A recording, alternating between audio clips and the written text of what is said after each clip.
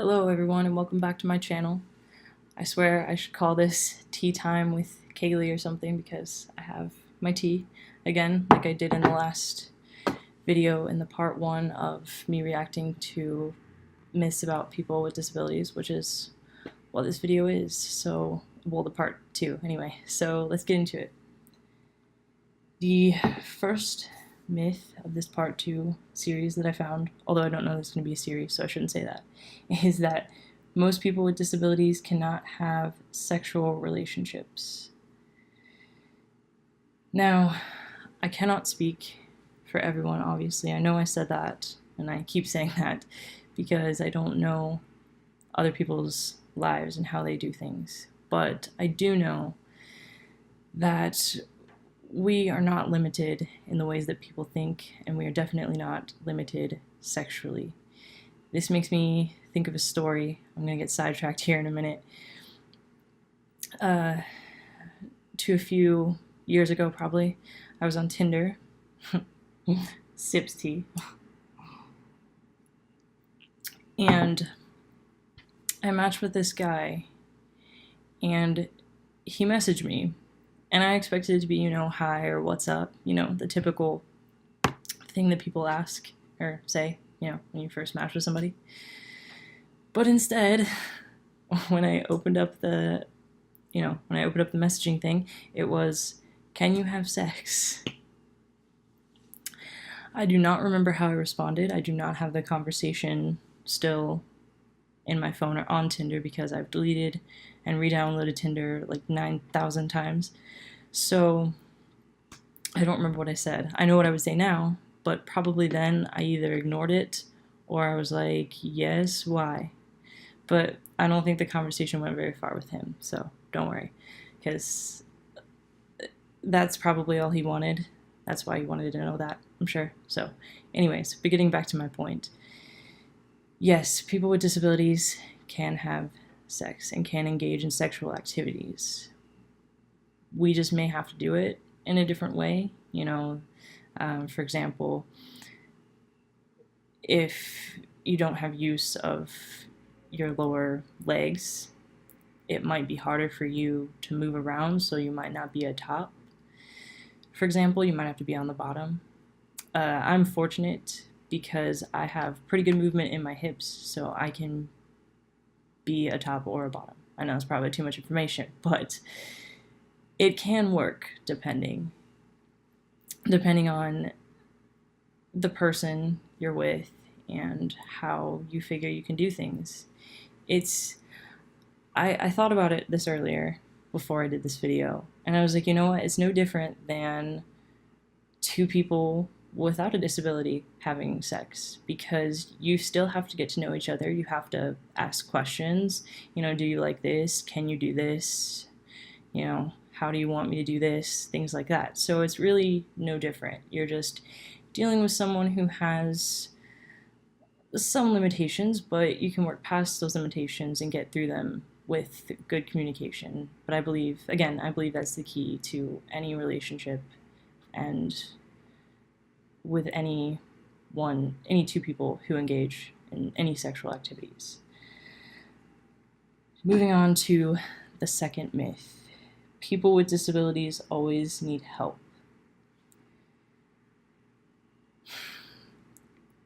I don't know necessarily how I feel about this myth because I can see why people would think that. For example, when I go to the store, I don't know why this is, but it seems like all the unhealthy things and all the things that I really want to eat are like way up at the top. And so sometimes instead of asking for help, if there's somebody nearby, I might ask for help. But if there's not anybody nearby, what I will do is I will scoot onto like how some things have that like platform kind of thing at the bottom. I'll transfer onto that and then I'll reach all the way at the top, or I'll use something else. Like for example, if I'm trying to reach a certain type of pizza, I will take a box of pizza that I don't want and use it to knock down the pizza that I really want, just for an example. But I have been getting better. I think the main reason why I didn't want to ask for help so much is because I didn't want people to think I was helpless. I didn't want people to think that I always needed help. And I didn't want people to, I just guess I didn't want people to see me as helpless. So I guess for me it was mostly a pride thing why I would never ask for help. But now I realize that it's okay to ask for help sometimes, especially if you're in a hurry and you don't have a million hours to try to reach something down yourself. And also it can get kind of tiring to try to figure out ways to get things that you need. But again, it varies from person to person, I assume. But in general, a general rule I would say is it'd probably be better to ask the person instead of just going ahead and helping. Or if they come to you and ask, then that's cool too. But I wouldn't assume that they need help.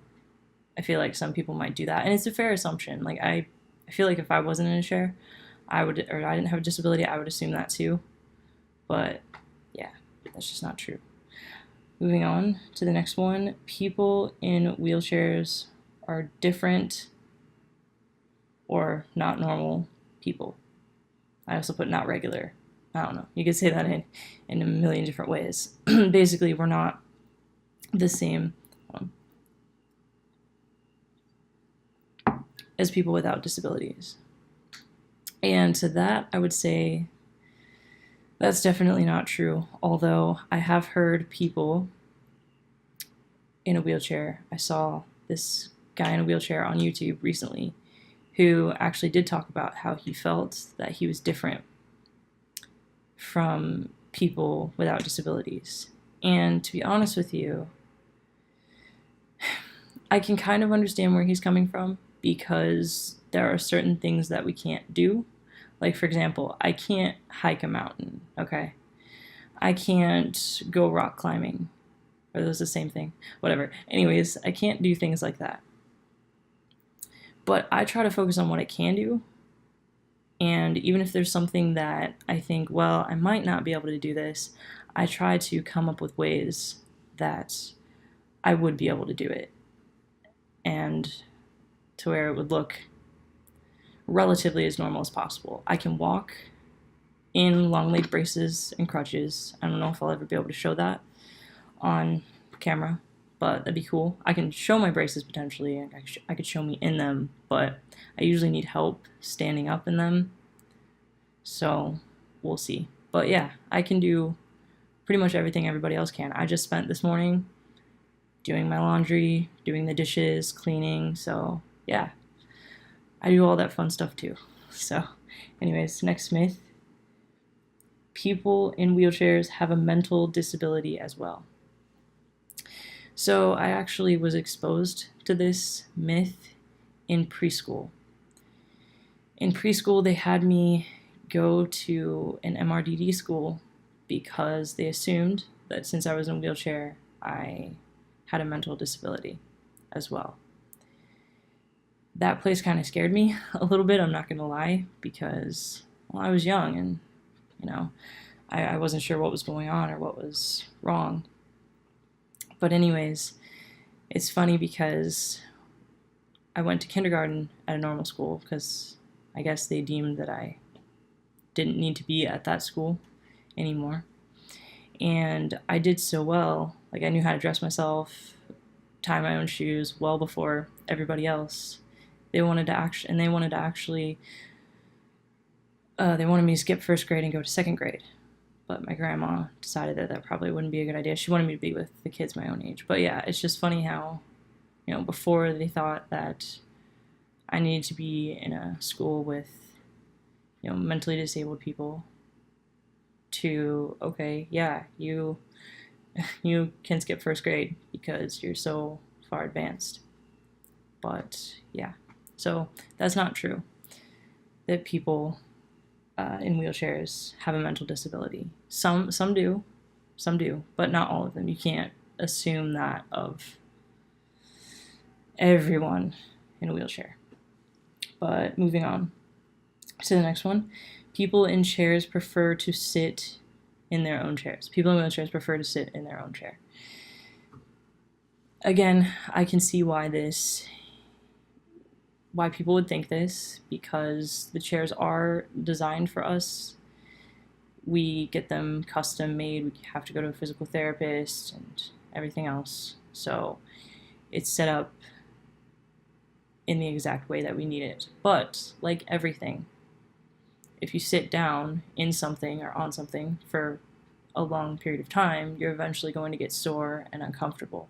And that's the same thing that I experience. So I do like transferring to different chairs. For example, when I go to the movie theater, I transfer into those chairs. When I go to or out to eat, I transfer into a booth. I like sitting in the booth. Basically, anywhere I go, if I can transfer to another seat, I will. Even in my apartment, I will transfer to like my couch or something, because it's just more comfortable. And I don't know, I guess too, it makes me feel, just more like everyone else, I guess. So anyways, next myth. Oh yes, this is a myth that I created because I was actually asked this before. So the myth is that people that are in wheelchairs sleep in them. No, that would be very uncomfortable, first of all. Second of all, I don't know anybody in a wheelchair, even if they can't transfer.